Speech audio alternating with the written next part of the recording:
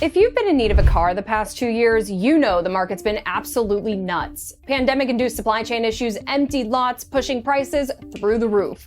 But we've got the reasons now is finally the time to buy in this week's 5 for Friday. In January, Tesla cut prices of its new cars by as much as 20% overnight. Just a few weeks later, Ford followed suit, slashing the price of its Mustang Mach-E. The cuts make some models eligible for that $7,500 EV tax credit, but the whole thing makes way for the great EV price wars, which will make it easier to get into a used model too. With a steadier supply and declining demand, prices can only go down, we hope.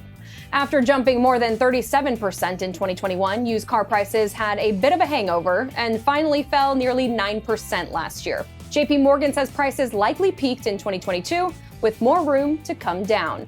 But it's all relative. The $27,000 average price is still 10 G's above what it was 3.5 years ago.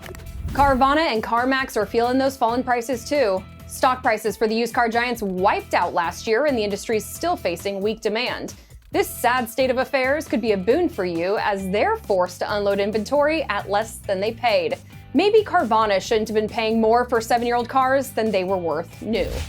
Pretty soon you're gonna have that tax refund check burning a hole in your pocket, and dealers know it. If you wanna buy, act fast, because the first few months of the year could see a slight rise in price due to those checks coming in. But they'll hit you with some incentives to get you in the door so dealers can offload some of last year's inventory. Twitter famous car dealership guy says a big dip is coming after that.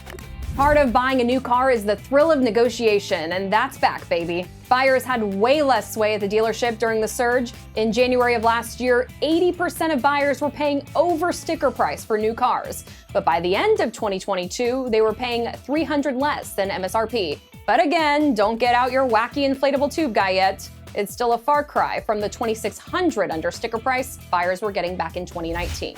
Moral of the story, it ain't as good as it once was, but it's better than it's been the last 2 years. That's 5 for Friday. I'm Sima Del Rosario, and it's just business.